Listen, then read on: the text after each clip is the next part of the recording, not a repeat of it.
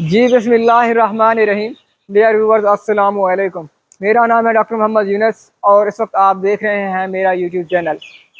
Dear viewers, जिस तरह आप जानते हैं कि आजकल के दिनों में डेयरी फार्म्स पे एनिमल्स को ड्राई करने का सिलसिला जो है वो शुरू हो चुका है।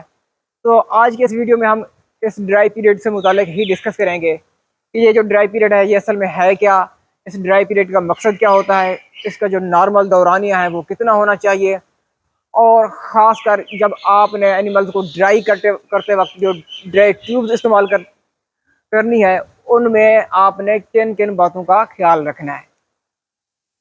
तो सबसे पहले हम ये डिस्कस करते हैं कि ये ड्राई पीरियड है क्या। तो जिस तरह ये हम इंसान मुसलसल काम कर करके थक जाते हैं, तो अपनी थकावट को दूर करने के लिए हमें जो सुकून करने के लिए थोड़ा सा टाइम चाहिए होता है। तो सेम इसी तरह की जो मिसाल है वो जानवर के हैवाने की है कि जानवर का जो हैवाना है उसमें मुसलसल दूध पैदा करने वाले जो सेल्स हैं वो मुसलसल दूध दूध पैदा कर करके उनमें से जो कुछ सेल्स हैं वो डेड हो चुके होते हैं। तो इसीलिए जो है जानवर के हवाने को रेस्ट देने के लिए, या जो उसमें सेल्स होते हैं जानवर के हवाने में जो दूध पैदा कर रहे होते हैं उनको रेस्ट देने के लिए जो ख़ास दौरानिया होता है उसको ड्राई पीरियड कहते हैं। तो जो अब हम डिस्कस करते हैं कि इस ड्राई पीरियड की जो है अफादियत वो क्या है। पहले दिनों में ये ख्याल किया जाता था कि जो ड्राई पीरियड है वो इसलिए दिया जाता है कि जो जानवर है वो अपनी बॉडी में अगली जो उसकी लैक्टेशन है, जो उसका अगला सूआ है उसके लिए जो है जो खुराक का कुछ ज़ख़ीरा है वो कर ले। लेकिन अब नई रिसर्च से ये पता चला है कि जो जानवर के हवाने में दूध पैदा करने वाले सेल्स हैं जिनको एल्वियोलाई कहते हैं, वो मुसलसल दूध पैदा कर करके उनमें कुछ जो सेल्स हैं वो डेड हो चुके होते हैं। तो इसलिए उनको हम ड्राई पीरियड देते हैं ताकि वो कुछ रेस्ट कर लें और अपने आप को अगले सूए के लिए तैयार कर लें।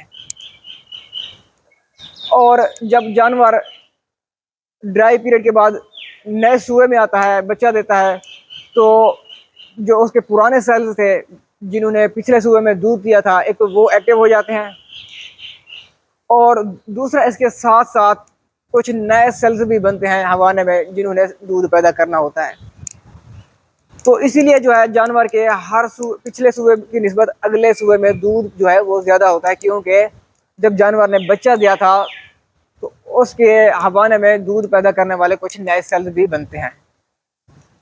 तो इसलिए जो है जानवर को आप जब भी ड्राई पीरियड उसका पूरा देंगे तो उसका जो दूध है पिछले सूए की निस्बत अगले सूए में दूध ज़्यादा होगा। तो ये तो हो गया कि ड्राई पीरियड है क्या और देना क्यों चाहिए। अब हम चलते हैं अपने अगले स्टेप की तरफ के जो ड्राई पीरियड है नॉर्मल कितना होता है। तो जो ये नॉर्मल ड्राई पीरियड है ये अमूमन 45 से 60 दिन का होता है। अगर आप जानवर को ड्राई पीरियड जो है वो 45 दिन से कम देंगे तो उसका जो नुकसान है वो ये होगा कि जानवर जो है नए सूए में जो है वो 25 से 30% दूध कम देगा बजाय इसके जो उसने पिछले सूए में दूध दिया था। और अगर आप जो ड्राई पीरियड है जानवर को 60 दिन से ज़्यादा देते हैं तो उसका जो नुकसान है वो ये होगा कि जो जानवर का BCS है वो ज़्यादा हो जाएगा। तो एक तो जो जब जानवर वो बच्चा देगा तो बच्चा देते वक्त जानवर को डिलीवरी में मुश्किल होगी, और डिलीवरी के बाद जो मेटाबॉलिक डिसऑर्डर होते हैं जिस तरह ये फैटी लीवर हो गई, कीटोसिस हो गई, तो ये डिजीज़ होने का खतरा भी जानवर को लाहक होगा। अब हम ये डिस्कस करते हैं कि जब हमने जानवर को ड्राई करना है तो उसमें हमने ड्राई ट्यूब क्यों डालनी है। तो उसमें ये होता है कि जब जानवर पिछले सूए में दूध देता आ रहा है मुसलसल, तो इस सूए में किसी भी स्टेज पे उसके थान में कोई थोड़ा बहुत इन्फेक्शन हो जाता है। बाज़ औक़ात वो सब क्लिनिकल भी होता है जो हमें नज़र नहीं आता। एक तो ये, और दूसरा जब हम जानवर को ड्राई कर रहे होते हैं तो इस ड्राई करने के दौरान जानवर को जो साड़ू होने के खतरात होते हैं वो 6 गुना ज़्यादा होते हैं बनिस्बत उसके जो उसको पिछले दूध देने वाले दौरानिए में थे। तो इन दोनों चीज़ों से बचने के लिए जो है हमने जानवर के थनों में ड्राई ट्यूब इस्तेमाल करनी है। अगर आप ये ड्राई ट्यूब्स नहीं इस्तेमाल करते तो जब जानवर बच्चा देगा तो उसमें साड़ू होने के चांस बहुत ज़्यादा होंगे। इसी तरह जो जानवर का हैवाना है उसमें एक ट्रांजिशन पीरियड होता है। ट्रांजिशन पीरियड ये होता है कि जब जानवर के हवाने में दूध जो है वो हम ख़त्म कर रहे होते हैं या उसको हम ड्राई कर रहे होते हैं, एक वो, या जब जानवर के हवाने में जो है बोली बनना शुरू होती है, तो इन दोनों स्टेजेस पे है जानवर को खतरात होते हैं कि वो उसमें उसके किसी भी स्टेज पे जानवर को साड़ू हो जाए। तो इन दोनों चीज़ों से बचने के लिए जो है हम जानवर के थनों में हम ड्राई ट्यूबें इस्तेमाल करते हैं। इसी तरह जब हमने एनिमल को ड्राई कर दिया होता है तो उस ड्राई पीरियड के दौरान जानवर में जो खतरात होते हैं साड़ू के वो भी ज़्यादा होते हैं। उसकी वजह पता क्या होती है? एक उसकी वजह ये होती है कि जिस तरह जो है जानवर के थन में जो हम दूध बार बार निकालते रहते हैं, इसकी वजह से जो उसके अंदर बैक्टीरिया चले जाते हैं वो हर दूध निकालने के साथ जो है वो हवाने से बाहर निकल जाते हैं। एक बात तो जब हम ये दूध नहीं निकालेंगे तो डेफिनेटली जो उसके अंदर बैक्टीरिया हैं वो मौजूद रहेंगे। तो दूसरी जो बात है वो ये होती है कि जब हम जानवर की मिल्किंग करते हैं तो मिल्किंग करते हुए उसके अड्डर को हम अच्छी तरह वॉश करते हैं, जो उसके ऊपर मट्टी वगैरह होती है वो साफ़ हो जाती है और जो बैक्टीरियल लोड होता है वो कम हो जाता है। तो जब हम मिल्किंग नहीं करेंगे तो डेफिनेटली उसका जो अड्डर है वो हम वॉश नहीं करेंगे, तो इस तरह जो है जानवर के अड्डर के ऊपर जो बैक्टीरिया हैं वो मौजूद रहेंगे। तो इस तरह जो है जानवर के थन में जो है बैक्टीरिया इंटर होने के चांस होंगे, जिसकी वजह से जानवर को दोबारा साड़ू हो सकता है। तो इन सारी चीज़ों से बचने के लिए जो है हमने जानवर को ड्राई ट्यूब्स डालनी है। और दूसरी एक अहम बात कि जब आपने एनिमल को ड्राई करना है तो आपने सिर्फ ड्राई ट्यूब्स ही इस्तेमाल करनी है, ना कि जो कुछ लोग करते हैं कि जो जानवर को साड़ू से ट्रीट करने वाली या साड़ू का इलाज करने वाली ट्यूबें होती हैं वो उन ट्यूब्स को जानवर को ड्राई करते हुए इस्तेमाल कर देते हैं, तो उनका फ़ायदा नहीं होना इतना। और कुछ लोग क्या करते हैं कि जो ह्यूमन साइड पे जो ट्यूब आते हैं इंसानों की आंखों में डालने वाली, कुछ लोग जो जानवर के थनों में वो डाल देते हैं कि ये जानवर को साड़ू से रोकेंगे।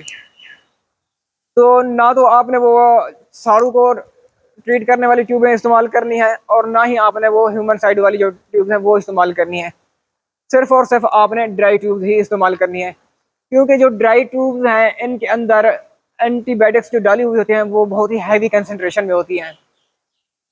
और इन ड्राई ट्यूबों को ख़ास तौर पे इस तरह बनाया गया होता है कि इसके अंदर जो एंटीबायोटिक्स है वो स्लो स्लो रिलीज होती रहती हैं जब तक कि जानवर जो है वो काविंग नहीं कर देता। तो इसलिए जो आपने ड्राई ट्यूब्स को ही प्रेफर करना है, ना कि साड़ू को ट्रीट करने वाली ट्यूब या ह्यूमन साइड वाली जो ट्यूब्स आती हैं।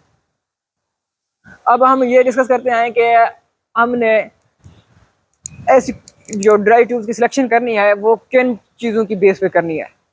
अगर आपने जानवर को 60 दिन ड्राई करना है तो इस ड्राई पीरियड के जो है बेसिकली 3 स्टेप होते हैं। पहला जो स्टेप है वो है स्टेज ऑफ एक्टिव इन्वुलेशन। ये जो स्टेज है इसमें तक जो है इसका जो दौरानिया है ये 4 हफ्ते का होता है। जो लोग वो ट्यूब इस्तेमाल करते हैं जिनका जो है दौरानिया ये 4 से 5 हफ्ते का होता है, तो उसका जो असर है इन 4-5 हफ्तों में ख़त्म हो जाएगा। जो मतलब फर्स्ट जो है उसकी ड्राई प्रोसेस की स्टेज उसमें ये ख़त्म हो जाएगा। और इसकी जो है दूसरी स्टेज वो है स्टेज ऑफ स्टेडी इन्वुलेशन। इसमें जो है इसका कोई ख़ास दौरानिया नहीं होता। जब जानवर ड्राई हो जाता है मुकम्मल तौर पे तो उस वक्त ये स्टेज शुरू होती है। इस स्टेज में जो है जानवर के हवाने में एक प्रोटीन बनती है जिसको कहते हैं लेक्टोफेरिन। इस लेक्टोफेरिन का काम ये होता है कि जानवर के हवाने में जो आयरन होता है ये उसको बाइंड कर लेती है और जो बैक्टीरिया जिन्होंने मेटास्टाज करनी होती है वो इस आयरन को यूज़ करके अपनी ग्रोथ करते हैं।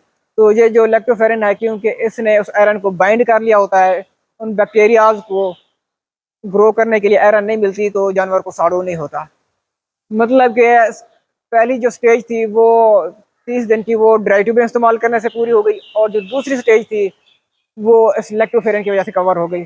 जो तीसरी स्टेज है जिसका नाम है क्लास्ट्रम फॉर्मेशन, मतलब जिसमें जानवर के हवाने में बोली बनती है, तो उस स्टेज में जो है जानवर को दोबारा से जो है वो साड़ू होने का खतरा होता है, क्योंकि जब बोली ऐसा ऐसा बन रही होती है तो एनिमल के एडर के ऊपर प्रेशर डेवलप हो रहा होता है।